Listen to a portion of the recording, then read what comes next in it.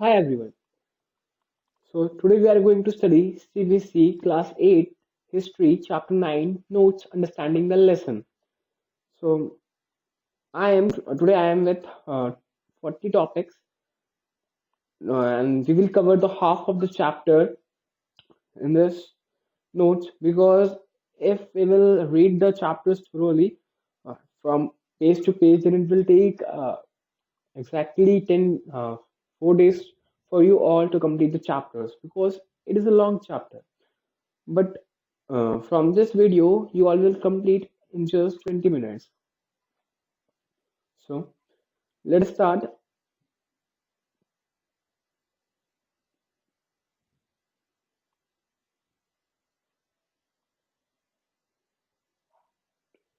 200 years ago, things and conditions of the country were very different from that of today's. Today's society is far better from that of 200 years ago.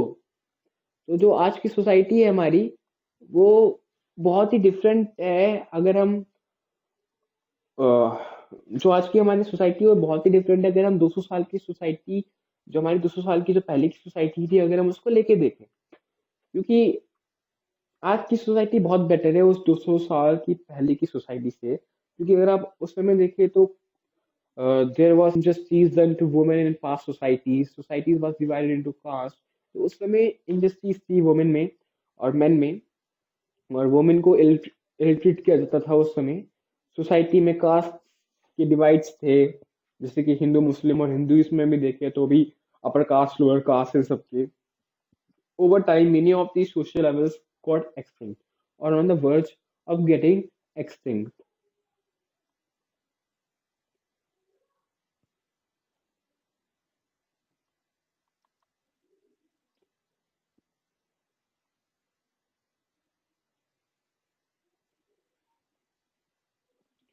सो धीरे धीरे करके time बीतता गया और कुछ जो ये सोशल लेवल्स थे वो खत्म हो गए और कुछ जो बचे हैं वो एक्सटिंक्ट होने के कगार पर आ गए हैं तो धीरे धीरे करके जो ये लेवल्स हैं ये खत्म हो जाएंगे और हम दोबारा एक फ्रीली लाइफ जिएंगे कोई कास्ट सिस्टम नहीं होगा सब एक एकता के साथ रहेंगे एक यूनिटी होगी सब में so reason behind the slow and gradual social change in society and getting it transformed includes the development of the new forms of communication तो जो रीजन है इन सब के पीछे जो एक ग्रेजुअल चेंज आ रहे हैं सोसाइटी में एक अच्छा सोसाइटी बन रहा है पहले के अगर पहले से देखे तो जो ये ट्रांसफॉर्म हुए हैं वो कम्युनिकेशंस की वजह से हुए हैं अगर हम कम्युनिकेशंस को लें तो आप कुछ कम्युनिकेशन देख लेंगे जैसे कि पहले के ज़माने में कुछ मैन्युस्क्रिप्ट थे जो कि बहुत महंगे होते थे और सिर्फ ब्राह्मण से एफर्ट कर पाते थे या क्षत्रिय एफर्ट कर पाते थे लेकिन आज के समय आप देखिए तो प्रिंटिंग प्रेस आ गए हैं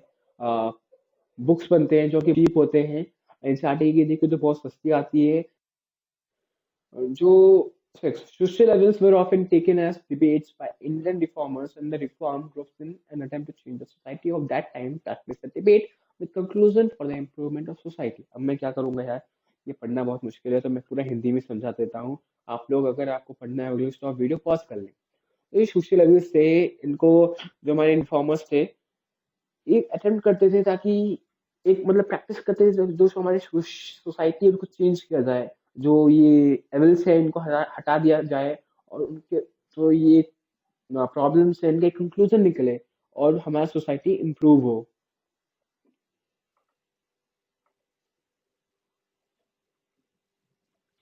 Rajaram Mohan Roy 1772 to 1833 found reform association known as Brahmo Sabha and later it was known as Brahmo Samaj in Calcutta. So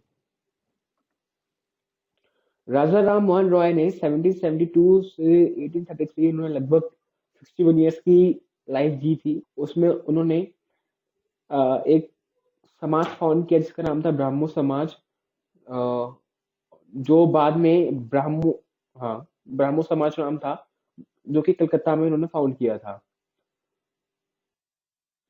reformers were the ones who felt that changes reformers वो एक थे जिन्होंने सोचा कि changes necessary थे society में और practices जो होने थे जो ये अनजस्ट प्रैक्टिसेस थे वो दूर हो जाएं जो ये हो सकता था वो जो ओल्ड प्रैक्टिसेस से उनको अवॉइड करने के लिए एक ऑर्थोडॉक्सी बनाई गई। ऑर्थोडॉक्सी मतलब होता है कि एक एंशियंट की टेक्स्ट से लिया जाए कि जो आज के समय में जो अनजस्ट प्रैक्टिसेस हो रहे हैं वो गलत है, और जो वहाँ की जनता है उसको ये दिखाया जाए कि जो हम कर रहे हैं वो गलत है, अगर हम पुराने जमाने के आधार से देखें। सो कुछ रिफॉर्मर्स ने ऐसा सोचा कि जो चेंजेस है हमें लाना जरूरी है, जो ये अनजस्ट प्रैक्टिसेस होते हैं हमारे समाज में इनको दूर भगाया जाए। तो इसके लिए जो लोग थे, जो रिफॉर्मर्स थे, उनको ये जरूरी था कि वो एक ऑर्थोडॉक्सी लाए, मतलब एक एंशियंट टेक्स्ट जिसमें ये लिखा हो, ये प्रूव हो कि जो आज के समय में जो ये सब हो रहा है वो गलत है। और ऐसा कुछ हमारे पुराने टेक्स्ट कहते ही नहीं है, हमारे पुराने जमाने में ऐसा कुछ होता नहीं था। ये जो अनजस्ट है, ये जो mistake. 11, Roy's writing showed that ancient texts do not sanction any widow burning. तो रॉय राजा राम मोहन रॉय ने भी कुछ पढ़ाई की, उन्होंने भी एक ऑर्थोडॉक्सी लाई, उन्होंने दिखाया कि जो एंशियंट टेक्स्ट है वो ये नहीं दिखाते कि जो ये विडो बर्निंग है ये होना चाहिए। जो ब्रिटिश थे वो भी हमारे जो ट्रेडिशंस थे और कस्टम्स को क्रिटिसाइज करना शुरू कर दिए। ये रिलीजन को क्रिटिसाइज नहीं कर रहे थे, ये ट्रेडिशंस को, क्योंकि जो ये अनजस्ट था, ये जानवर जैसे काम थे, वो उस समय हमारे सोसाइटी में आए थे। हमारे रिलीजन कभी नहीं कहते कि ऐसा होना चाहिए, ये सोसाइटी अपने आप ले आई थी। तो ये जो मिस्टेक था इसको ब्रिटिशर्स भी क्रिटिसाइज करते थे, और उन सब ने मिलके, ब्रिटिशर्स ने मिलके, राजा राम मोहन रॉय ने मिलके एक एफर्ट बनाया जिसमें 1829 में एक जो लॉ पास हुआ जिसमें सती बैन था। और जो बाद के जो रिफॉर्मर्स थे, जैसे कि जो उन्होंने भी राजा राम मोहन रॉय को देख के अडॉप्ट किया कि हमें भी कुछ ऑर्थोडॉक्सी चाहिए, एंशियंट टेक्स्ट हमें यूज करने चाहिए जो आज के चैलेंजेस है, जो आज के मिस्टेक्स उनको हटाने के लिए। और 1856 में जो विडो रीमैरिज था वो भी लॉ पास हो गया, क्योंकि एक सजेशन हुआ था ईश्वर चंद्र विद्यासागर के, उन्होंने एक ऑर्थोडॉक्सी दिखाई थी एंशियंट टेक्स्ट जिसमें सजेस्टेड था तो विडो थी वो रीमैरी कर सकती थी। तो ऐसी ऑर्थोडॉक्सीज और भी लाई गई और धीरे धीरे करके नए पास शुरू, नए जो एक्ट थे वो होने लगे। सो साउथ इंडिया में Veerasalingam Pantulu formed an association for widow remarriage. तो साउथ में भी कुछ एसोसिएशन फाउंड किए गए जिसमें विडो रीमैरिज कर सकते थे, उनको सपोर्ट किया गया। और कुछ इंटेलेक्चुअल्स भी थे, कुछ रिफॉर्मर्स भी थे जिन्होंने बॉम्बे में, उन्होंने भी शपथ ली कि हम इस पे काम करेंगे, और जो ये सेम टू सेम एसोसिएशन हुआ है और विडो रीमैरिज को हम सपोर्ट करेंगे। क्योंकि उस समय ये एक्ट पास होने के बाद भी जो सोसाइटी थी वो एक्सेप्ट नहीं करती थी विडोज को, वो कि वो रीमैरिज करके दोबारा आए, तो उन्हें एक्सेप्ट करने में बहुत टाइम लग जाता था।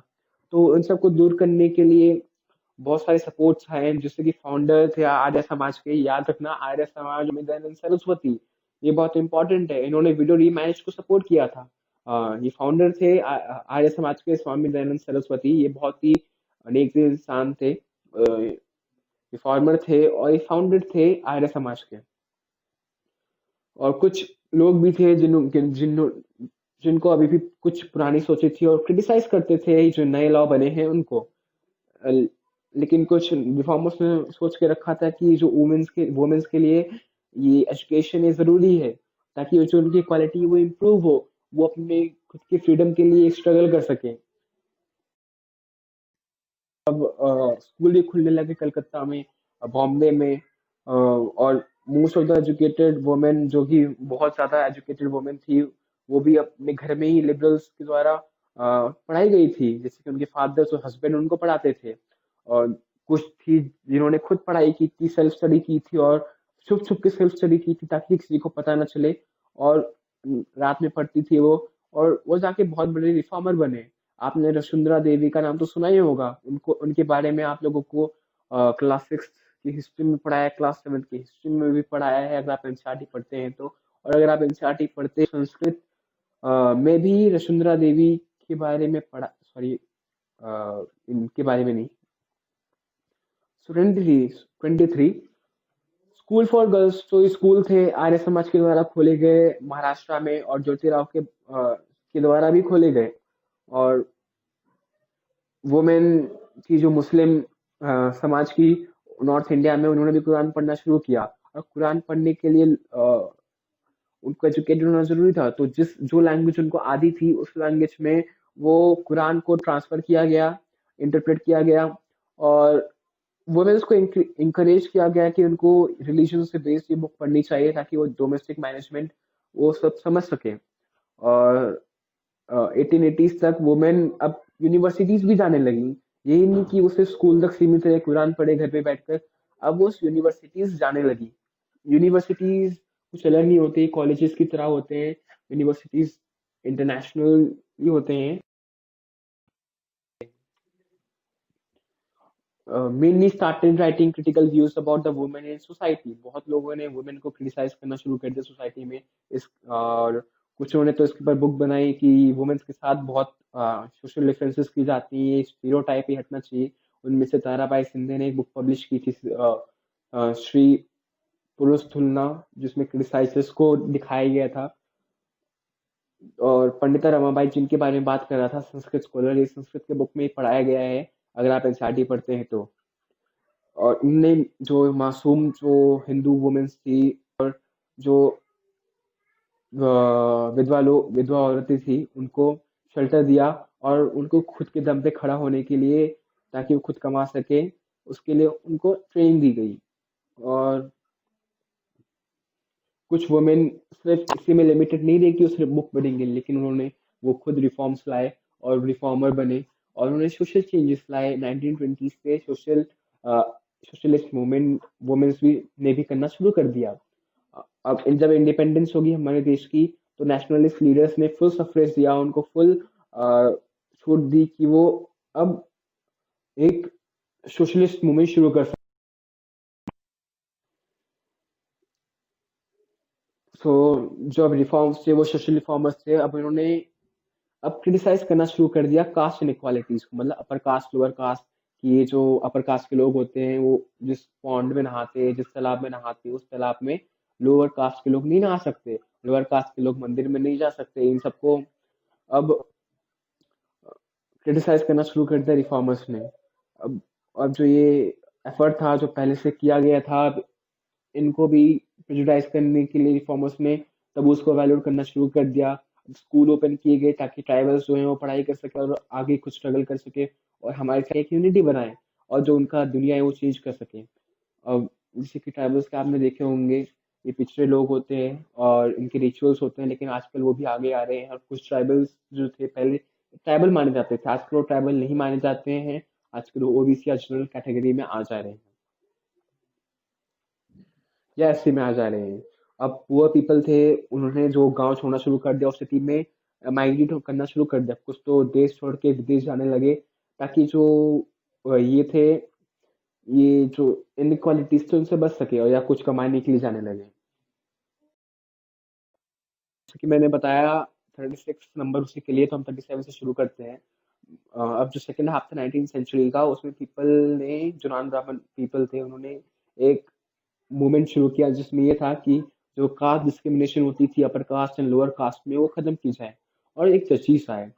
और धीरे धीरे करके नॉन ब्राह्मण के लिए बहुत सारे एक अपोजिशन में बना, और नॉन ब्राह्मण का जो ये था कि जो सुपरमेसी थी ब्राह्मण की, वो खत्म करने के लिए एक बहुत बड़े मूवमेंट्स किए गए, कंपेन शुरू हुए, और बाद में जस्टिस भी आया। और ज्योतिराव फूले जिन्होंने स्कूल खुलवाए थे, उन्होंने लो कास्ट को बहुत सपोर्ट किया, क्योंकि लो कास्ट से बिलोंग करती थी शायद।